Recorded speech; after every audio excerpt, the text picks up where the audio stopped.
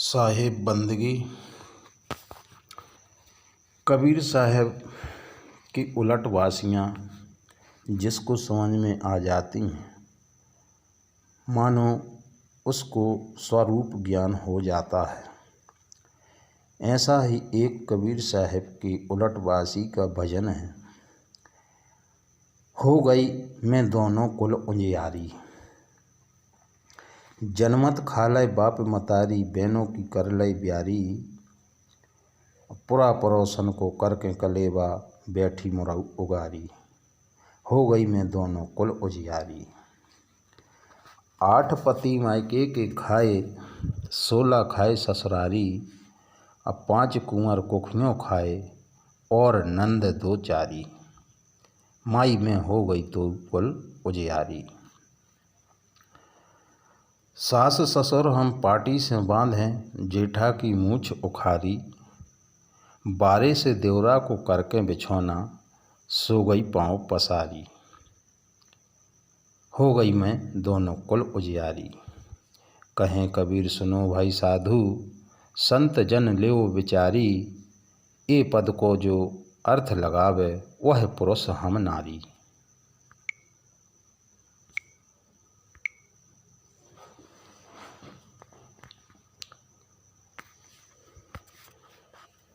जो मनोवृत्ति समाधि में लीन हो जाती है, वह अमृत बन जाती है।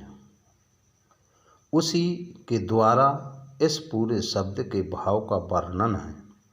कबीर साहब की युक्तियाँ विलक्षण होती हैं। स्वरूप लीन, आत्मलीन एवं समाधि लीन मनोवृत्ति कहती है कि मैं दोनों कुल की उजागर करने वाली हूँ, प्रकाश करने वाली हूँ, उंजेला करने वाली हूँ। 2 कुल हैं, व्यवहार तथा परमार्थ।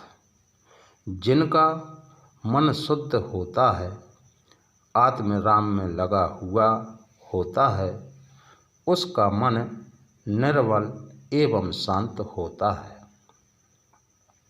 अतः उसका परमार्थ तो बनाया ही है, उसका व्यवहार भी परम उज्ज्वल होता है। जिसकी मनोवृत्ति निर्मल है, वह अपने साथियों से ना विवाद करेगा, ना उसके प्रति तनावग्रस्त रहेगा, ना भोगों की चाहना रखेगा। भोगों की चाहना को लेकर ही तो सारे विवाद होते हैं, और जब वही नहीं है तब किससे झगड़ा। वह मान सम्मान तो तुच्छ समझेगा। वह ना किसी को कटु कह सकता है, ना स्वार्थपरायण हो सकता है। वह अपने साथियों से तथा बाहरी मिलने वालों से शुद्ध प्रेमपूर्ण एवं मधुर व्यवहार करता है। जिसका मन मक्खन हो गया, वह अमृत बन गया, मधु हो गया। उससे विषय कैसे निकल सकता है? मन का विष ही तो व्यक्ति, परिवार, समाज तथा देश में जहर घोलता है। और जब मन ही अमृत बन गया, तो उसका पूरा व्यक्तित्व ही अमृत बन गया। उसके द्वारा दूसरों को उद्योग पहुँचाने की बात ही समाप्त हो जाती है। वह आनंद कंद होता है तथा दूसरों को भी अपने संपर्क मात्र से आनंद होता है।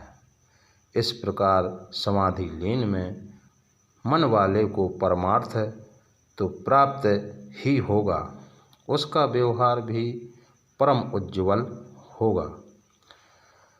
उसके व्यवहार में प्रेम का सागर है तथा परमार्थ में अनासक्ति कि हिमालय का शिखर, वह प्रेम का स्वर्ग, सुख तथा अनासक्ति का मोक्ष, सुख एक साथ भोगता है।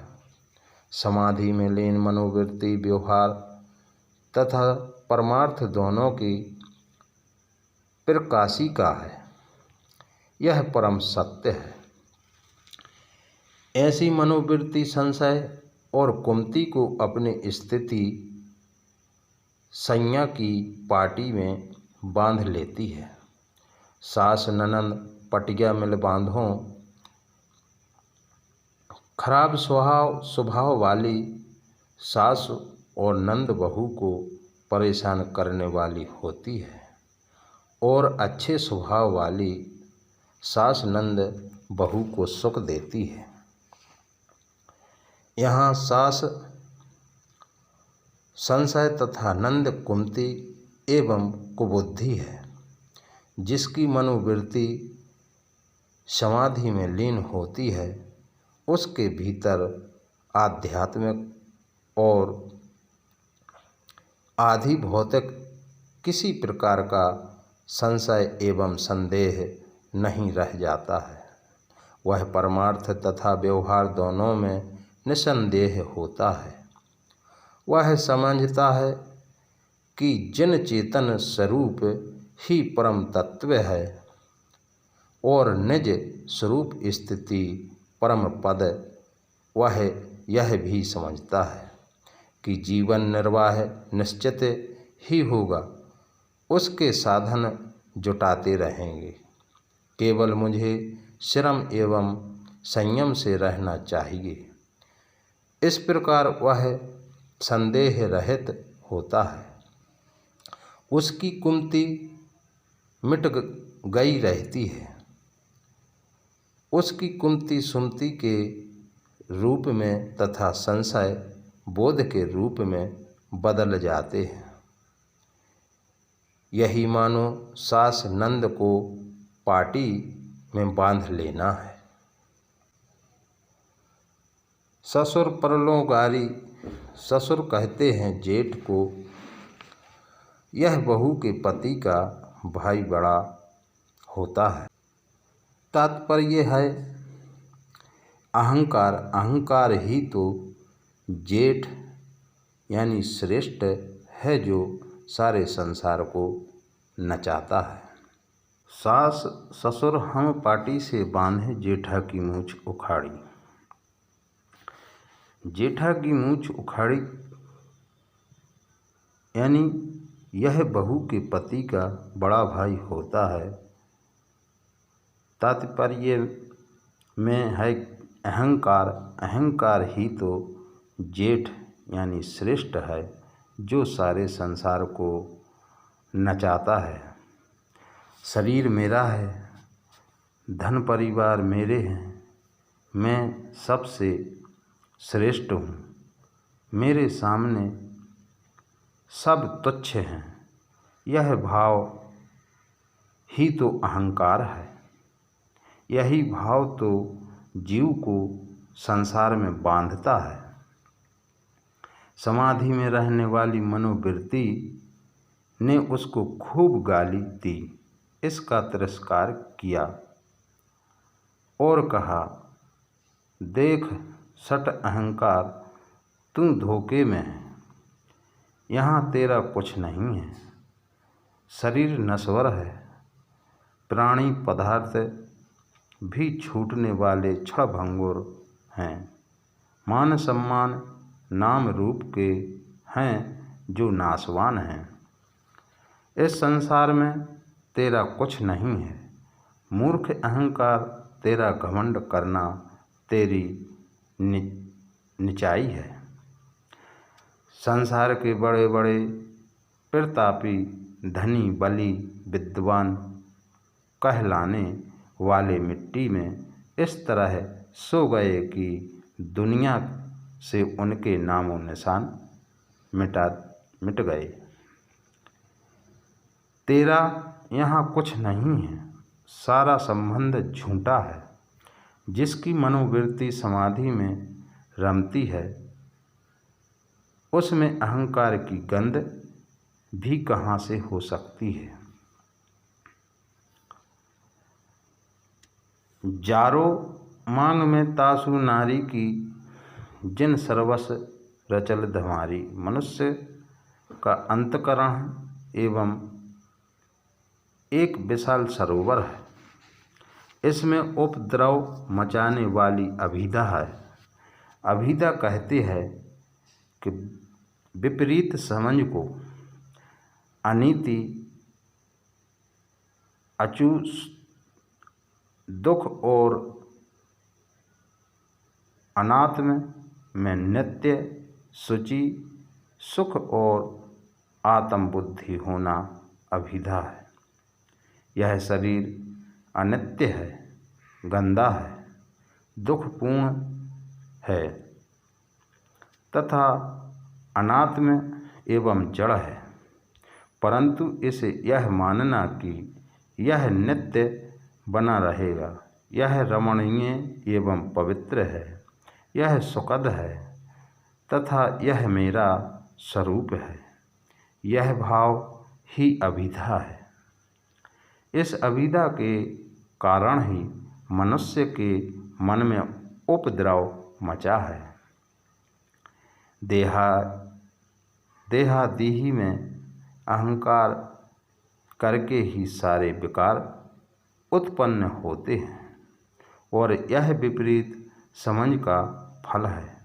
इस विपरीत समझ एवं अभिधा के कारण ही आदमी ना सोचे योग्य बात सोचता है, ना बोलने योग्य बात बोलता है, ना करने योग्य काम करता है तथा ना खाने योग्य वस्तु खाता है।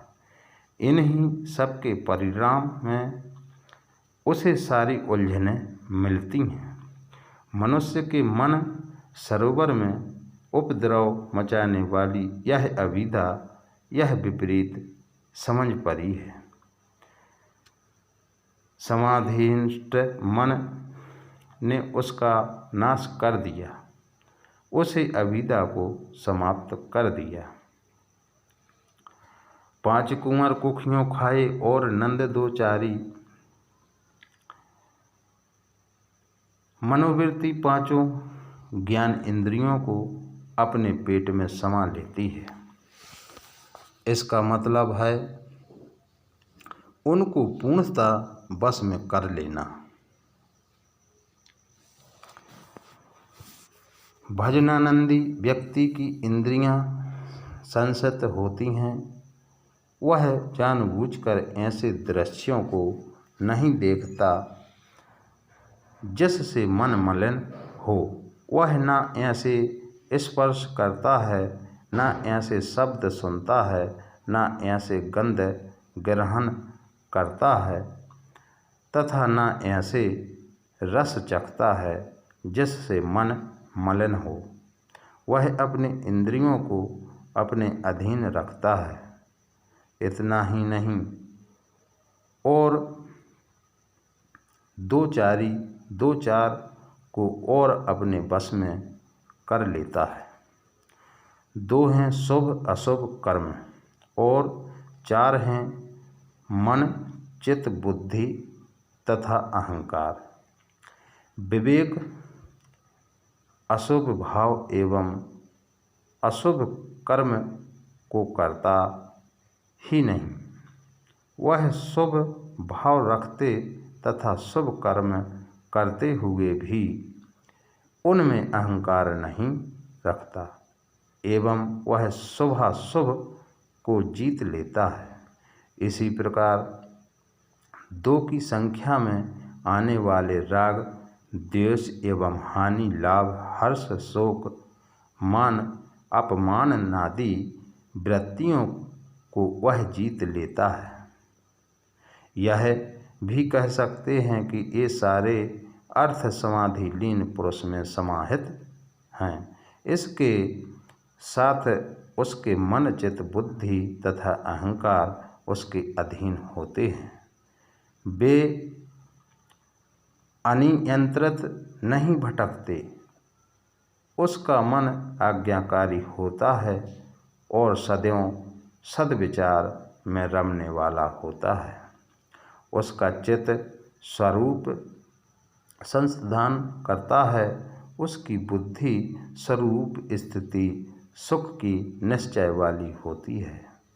उसका अहम देहादि में नहीं किंतु निज रूप चेतन में होता है। उसकी सारी वृत्ति बाहर से सिमटकर अंतर्मुख हो जाती है।